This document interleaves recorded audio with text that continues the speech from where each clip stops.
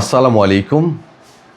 Saudi স্বরাষ্ট্র মন্ত্রণালয় থেকে সকল সৌদি নাগরিক এবং প্রবাসীদেরকে সতর্ক করেছে যাতে গুজব না ছড়ায়, চলমান পরিস্থিতিতে কেউ যাতে অভ্যন্তরীণ নিরাপত্তা বিঘ্নিত হয় এমন কোনো আচরণ না করে।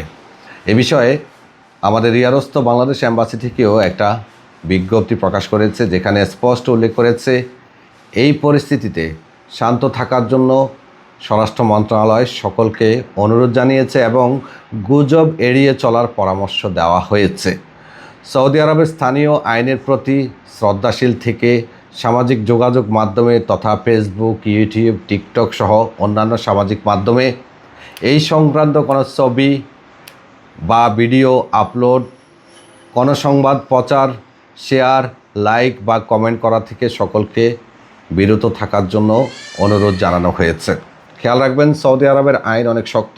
পৃথিবীর কোনো দেশ চাইবে না তাদের দেশের অভ্যন্তরীণ বিষয়ে বিদেশিরা নাক গলাক। এটা আমাদের দেশেও আমরা পছন্দ করি না। তাই আমরা সবাই সৌদি আরবের আইনের প্রতি শ্রদ্ধাশীল হব। যেখানে সেখানে ভিডিও করা তো এমনিতে অপরাধ, তবে এই পরিস্থিতিতে আপনি যদি উল্টাপাল্টা কোনো ভিডিও শেয়ার করেন, আপলোড করেন, তাহলে কিন্তু আপনি নির্ঘাত বিপদে পড়বেন। বাহরাইন গত পরশুদিন 2 জনকে আটক করেছে। কাতারও মেবি কয়েকজনকে আটক করার কথা আমরা শুনেছি। এ বিষয়ে এখনও সুনিশ্চিত তথ্য পাইনি। সবথেকে বড় কথা, আমরা যেহেতু এই দেশে বসবাস করি, দীর্ঘ সময় থাকার ইচ্ছা আছে, তাই এই দেশের আইনের প্রতি আমাদের সকলকে শ্রদ্ধা এবং সম্মান দেখাতে হবে।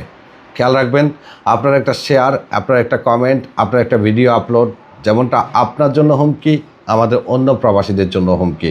কারণ আমরা অনেকে আছে না বুঝেই কোনো কিছু যাচাই না করেই ভিডিও শেয়ার করে দিই, ভিডিও আপলোড করে দিই। এটা মোটেও করবেন না।